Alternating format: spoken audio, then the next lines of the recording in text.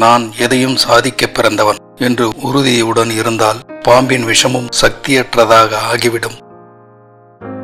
உற்சாகமாக இருக்கத் தொடங்குவதே வெற்றிகரமான வாழ்க்கை தொடங்குவதற்கான முதல் அறிகுறி.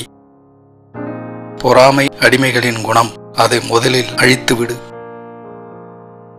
உன்னை நீயே பலமற்றவன் என்று நம்புவது மிகப்பெரிய பாவம்.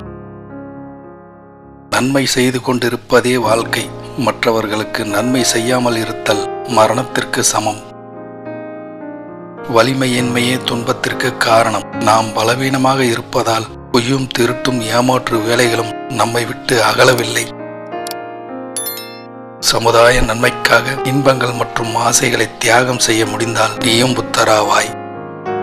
அச்சமே நமக்கு துயரத்தை தந்து கேட்டை விளைவித்து மரணத்தை அளிக்கிறது. நமது உண்மை நிலையை அறிந்து கொள்ளாமல் இருப்பதால் அச்சம் ஏற்படுகிறது.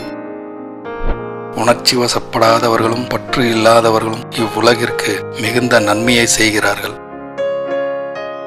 நீ எவ்வாறு நினைக்கிறாயோ அவ்வாறே ஆகிறாய். உன்னை நீ வலிமை உள்ளவன் என்று நினைத்தால் வலிமை படைத்தவன் ஆகிறாய்.